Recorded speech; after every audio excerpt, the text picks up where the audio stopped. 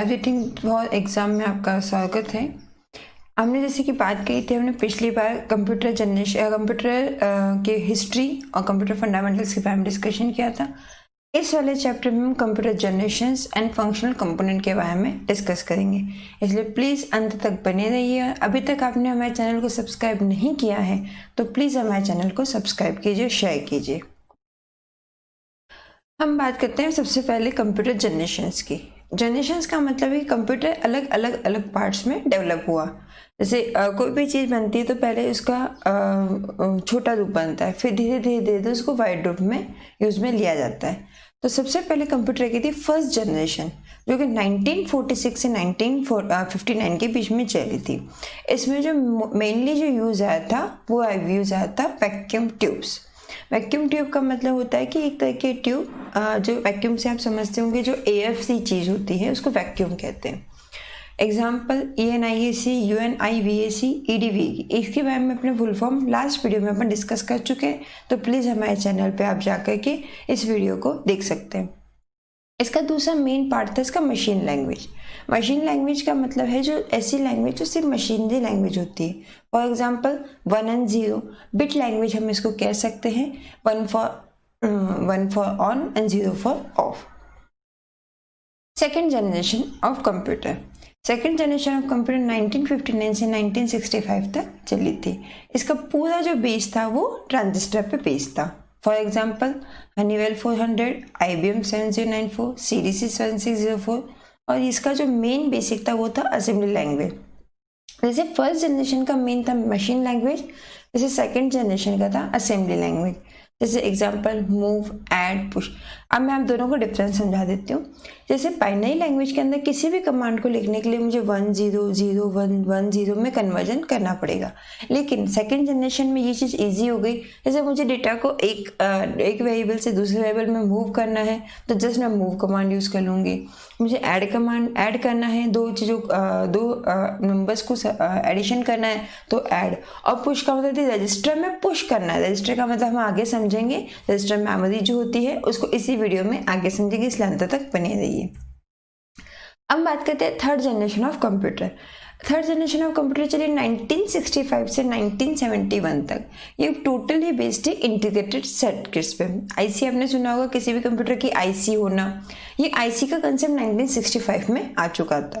For example IBM 360, IBM 370, PDP-11, ये सब चीज़ें ये इसकी एग्जाम्पल है। IBM इज द सबसे बड़ी कंपनी है जो कि सर्वर डेवलप करती है। ये हमें याद रखना होगा, सबसे बड़ी जो कंपनी है वो IBM है जो सर्वर डेवलप करती है। सर्वर का मतलब जो लार्ज अमाउंट ऑफ डेटा को स्टोर करता है, जो हर चीज़ को मैनेज करता है। हम कितनी बार जनरल लैंग्वेज में बोलते हैं अरे सर्वर डाउन चल रहा है। सर्वर का मतलब ये होता है कि जिसने सभी नेटवर्क को, सभी कंप्यूटर्स को कंट्रोल कर रखा है। इसका मेन ही डिपेंड थी हाई लेवल लैंग्वेज पे। हाई लेवल लैंग्वेज में आप सब फ्रेंडली हैं जावा से, जो कि मोबाइल में यूज़ आती है, विजुअल बेसिक, C++ एक्सेट्रा। हम बात करते हैं fourth generation of computer. Fourth generation of computer चली 1971 से 1980।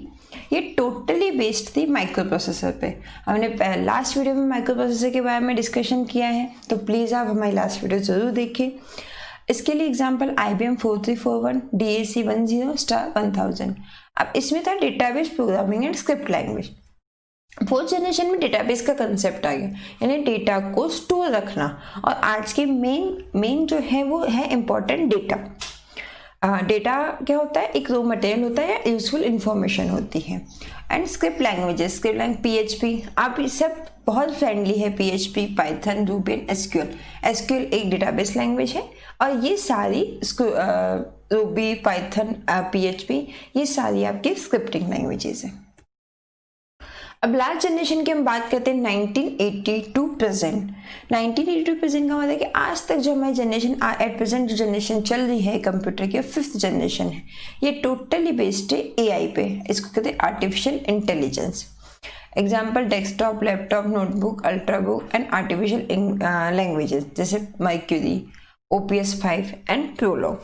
आर्टिफिशियल इंटेलिजेंस का मेन कंसेप्ट है कि ह्यूमन और मशीन के बीच में आपस में कोऑर्डिनेशन बिठाना, ताकि आपको टाइप ना करना पड़े और आपका जो माइंड सोचे या जो आप वॉइस करें उस वॉइस के थ्रू कंप्यूटर कमांड को फॉलो करे। फॉर एग्जांपल आपने गूगल सर्च में देखा होगा कि आपके माइक का ऑप्शन आता है, उसको प्रेस करते हैं, जो आप बोलते हैं, जो भी आपका वॉइस रिकॉग्नाइजेशन वो करता है पीसी या आपका मोबाइल, तो उस अकॉर्डिंग वो सर्च कर लेता है, तो आपको टाइप करने की नीड नहीं होती। इसे इलिटरेट इंसान भी मोबाइल को इजीली यूज कर सकता है। अब हम बात करते हैं functional component of the computer.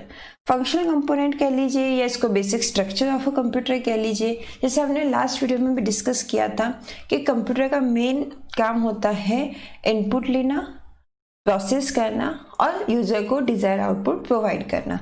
तो यही काम इसके अंदर होता है। सबसे पहले हमने इनपुट किया, उसके बाद में ये इसका सीपीयू है, माइक्रो प्रोसेसर के लिए, जिसमें ALU, रजिस्टर एंड CU, इसके बारे में हम आगे डिस्कस करेंगे। उसके बाद आउटपुट डिवाइस। अब मैं आपको एक बार बेसिक स्ट्रक्चर समझाती हूँ। इनपुट डिवाइस से यूजर ने डेटा इनपुट किया, ALU ने और CU ने उसको प्रोसेस किया और उसको मेमोरी में स्टोर किया। जैसे जैसे रिक्वायरमेंट होती गई मेमोरी से लेते गए डेटा, मेमोरी में डालते गए।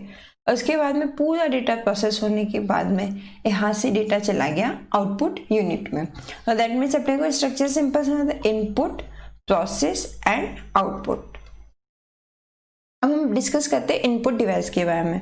इनपुट डिवाइस नाम से ही पता चल रहा है, किसी भी चीज को इनपुट करने के लिए काम में आने वाली unit, that is input device.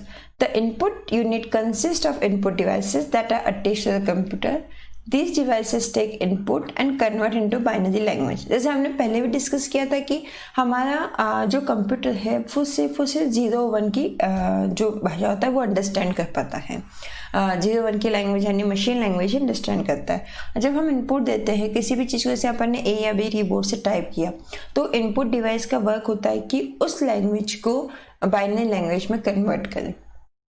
For example of input keyboard, mouse, joystick, scanner etcetera. CPU.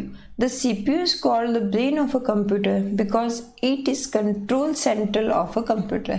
ऐसा भी हमने देखा था, CPU जो होता है ब्रेन कहलाता है कंप्यूटर का, माइक्रो प्रोसेसर कह लो, CPU कह लो, वो पूरी चीज़ को कंट्रोल करता है। ऐसे इनपुट लेना, आउटपुट देना, डेटा को प्रोसेस करना, मेमोरी में डेटा सेंड करना, मेमोरी से डेटा लेना, ये है। CPU के मेन पार्ट कौन कौन से? Logical, arithmetic logical unit ALU, control unit CU and memory registers. अब हम बात करते हैं CPU को थोड़ा ब्रीफ में। सबसे firstly arithmetic and logic unit. ALU performs mathematical calculation and takes logical decisions. हमने पहले ही बात कही थी, अरिथमेटिक जो एडिशन सब्ट्रैक्शन का काम करता है, और लॉजिक यूनिट जो कि कंपेयर टू इनका काम करता है। इसलिए हम कहते हैं भाई ALU जो होते हैं arithmetic logic unit, arithmetic logic calculations और लॉजिकल डिसीजंस को परफॉर्म करती है। Control unit, it sends control signals to input and output devices until the required operation is done properly by ALU memory. जैसा कि हमने कहा, जैसे हम इनपुट करते गए तो वो इनपुट मेमोरी में स्टोर करता है सबसे पहले कंट्रोल यूनिट। उसके अंदर जैसे रिक्वायरमेंट होती जाएगी वो उसको आउटपुट देता जाएगा। थर्ड आता है मेमोरी रजिस्टर। अब फॉर एग्जाम्पल किसी भी डेटा को सेव करने के लिए हमें स्पेस की आवश्यकता होती है। फॉर एग्जाम्पल फिजिकली भी हमें किसी चीज़ को रखने के लिए स्पेस की आवश्यकता होती है, वैसे ही डिजिटली भी आपको किसी भी चीज़ डेटा को स्टोर करना है तो आपको स्पेस की आवश्यकता होती है। तो उसके लिए कंप्यूटर में क्या काम आता है? Memory registers. A register is a temporary unit of memory in the CPU. The register can on different size 16-bit, 32-bit, 64-bit and so on। अब हम बात करते हैं मेमोरी की। Computer memory is categorized into primary and secondary memory. Primary memory is the main memory of computer which use to store data and information temporarily. जैसे हमने बात करी थी, किसी भी चीज़ को हमें शॉर्ट टर्म सेव करना है तो हम प्राइमरी मेमोरी यूज करें, और किसी चीज़ को हमें परमानेंटली सेव करना है कि हमें इन फ्यूचर भी उसको देखना है तो हम सेकेंडरी मेमोरी का यूज करेंगे, जैसे हार्ड डिस्क हुआ, फ्लॉपी हुई एक्सेट्रा। अब हम बात करते हैं आउटपुट यूनिट की। जैसा कि इनपुट यूनिट ह्यूमन लैंग्वेज को मशीन लैंग्वेज में कन्वर्ट करता है, आउटपुट यूनिट उसका जस्ट अपोजिट वर्क करता है, जो कि मशीन लैंग्वेज को ह्यूमन लैंग्वेज में कन्वर्ट करता है, जो कि अपने ह्यूमन के द्वारा अंडरस्टैंड की जा सकती है। The output unit consider output device it converts the binary data coming from the CPU। The common output devices monitor, printer, plotter, ये सब तो आप जानते हैं। मैं आपको थोड़ा इमेज के थ्रू डिस्कस करती हूँ। मॉनिटर जिसमें हमें स्क्रीन पे सब डेटा शो होता है, CPU ये जो कंप्यूटर का ब्रेन होता है, ये speaker plus mic, keyboard, mouse, ये स्पीकर्स और ये प्रिंटर, ठीक है।